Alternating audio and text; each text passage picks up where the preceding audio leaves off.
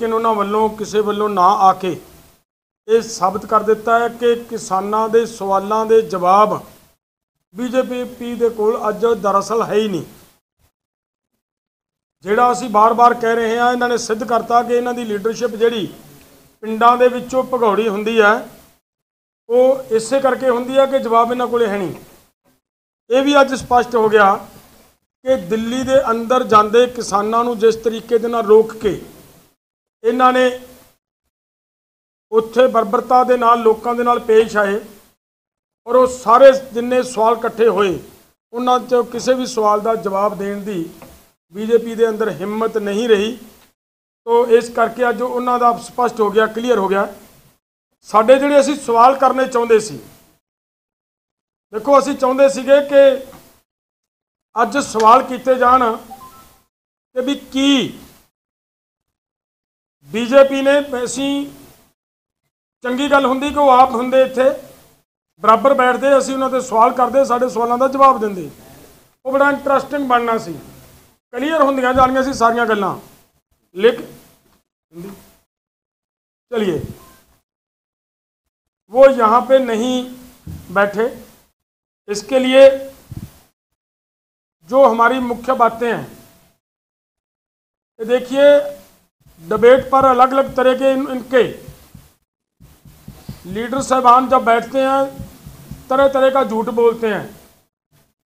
कभी किसानों को आतंकी बोलते हैं, कभी किसानों को अलगाववादी बोलते हैं, उससे भी आगे जाकर कभी कभी तो इतना झूठ बोल देते हैं कि मोदी जी या बीजेपी हमारी सरकार किसानों के पक्ष में फैसले ले रही है, हम किसान पक्षी हैं।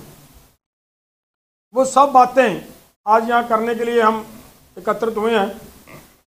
एक बहुत बड़ा भ्रम फैलाया जा रहा है कि अगर एमएसपी की गारंटी का कानून दे दिया तो देश के अंदर महंगाई बढ़ जाएगी। वो भी हम आज उनके सामने ये बातें रखने वाले थे, लेकिन वो मजबूरी है, वो नहीं यहाँ आए। तो फिर हमें आपके सबके माध्यम से उनके पास ये बातें पहुँचानी बहुत ज़रूरी है। हम ये पूछना चाहते थे कि भाई क्या आपने एमएसपी की गारंटी देने का वायदा नहीं किया? क्या आपने डॉक्टर स्वामीनाथन की रिपोर्ट लागू करने का 2014 की चुनाव में और उसके बाद 2018 में एक आंदोलन के दौरान हमें लिखित में वायदा नहीं किया? और आपने आपकी वीडियोज़ पई हैं, क्या आपके प्रधानमंत्री जी ने अलग अलग जगहों पर जाकर ये नहीं कहा कि हम किसानों की कर्ज मुक्ति करेंगे? WTO से बाहर आने का वायदा नहीं किया? क्या सरकार ने यह वायदा नहीं किया कि आंदोलन के दौरान पाए गए मुकदमे वापस लेंगे? और क्या कि सरकार ने यह वायदा नहीं किया कि बिजली शोध बिल दोबारा नहीं लेकर आएंगे? ऐसे ऐसे जैसे हम एमएसपी की वजह बात आती है तो उसके मामले में उनका जो ये कहना है कि हमारा बहुत खर्च आता है इसके ऊपर, उस मैटर के ऊपर तो बहुत गंभीर बात है जो निकल कर सामने आती है। अगर पूरी डिटेल के साथ अगर हम बात करें तो बहुत लंबा समय लग जाएगा। मेरा इतना ही कहना है कि एक एक फसल का, एक एक दाने का हम हिसाब दे करने के सक्षम हैं। हम जानते हैं कि कितना खर्च आता है। जो निकाला गया है आज तक, जितनी फसल 2022 और 23 की अगर बात करें, एक ही फसल की, केवल गेहूं की बात कर लें हम, तो गेहूं के ऊपर ही केवल अगर गेहूं का हिसाब कर लिया जाए तो आज तक का जो हिसाब किताब है, 1 रुपया भी सरकार को अपनी जेब से नहीं डालना पड़ा उसके ऊपर। जो इन्होंने जितनी मतलब फसल खरीदी, वो मान लीजिए एफसीआई ने 262 लाख मीट्रिक टन गेहूं की खरीदी की है। उसके बाद आगे जो बात करते हैं 445 लाख मीट्रिक टन कणक का जो वो हमारे किसानों के खुद की इस्तेमाल में आती है। ये इन्हीं का 2005 का आंकड़ा, ये जो मैं बात बता रहा हूँ आपको, ये सरकार की बातें हैं। ये मैं इसलिए कहना जरूरी मानता हूं कि वो बहुत तरह का गलत भ्रम फैला रहे हैं। सरकार का 2005 का जो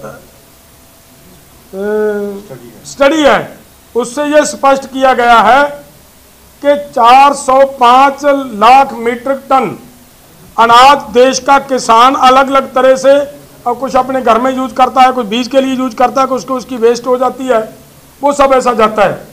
और इसका जब पूरा हिसाब लगाते हैं तो जितनी देश के किसान की गेहूं का वैल्यू बनती है वो 2,34,927 करोड़ रुपए वैल्यू बनती है। और इस तरीके से जब उसका हम मूल्यांकन करते हैं, एक एक चीज़ को ध्यान में लेते हैं, तो सब निकल कर बाहर आता है।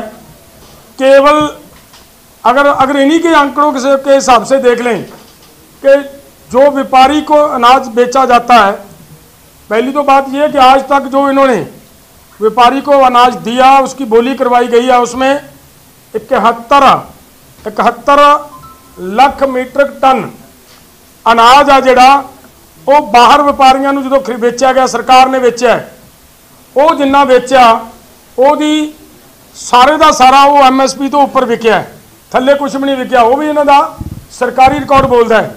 सो इस करके कुल मिला के मेरा कहने का भाव यह है कि सरकार नूं घाटा किते नहीं पै रहा, सरकार बिल्कुल फजूल गल्लां करदी है। दूजी गल मैं कहनी चाहना है, कणक का जेकर MSP है तो कणक के उत्तों कदे भी आटा 100 रुपए नूं नहीं पहुँचा।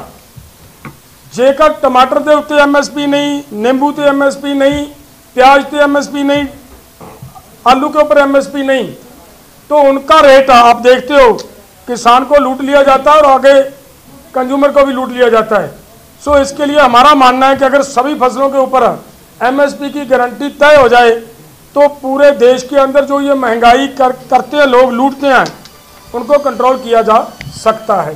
सो मैं इतना ही कहूँगा, कुछ बातें और हैं वो सरजीत फूल जी कुछ बातें रखेंगे। Subscribe to one India channel and never miss an update.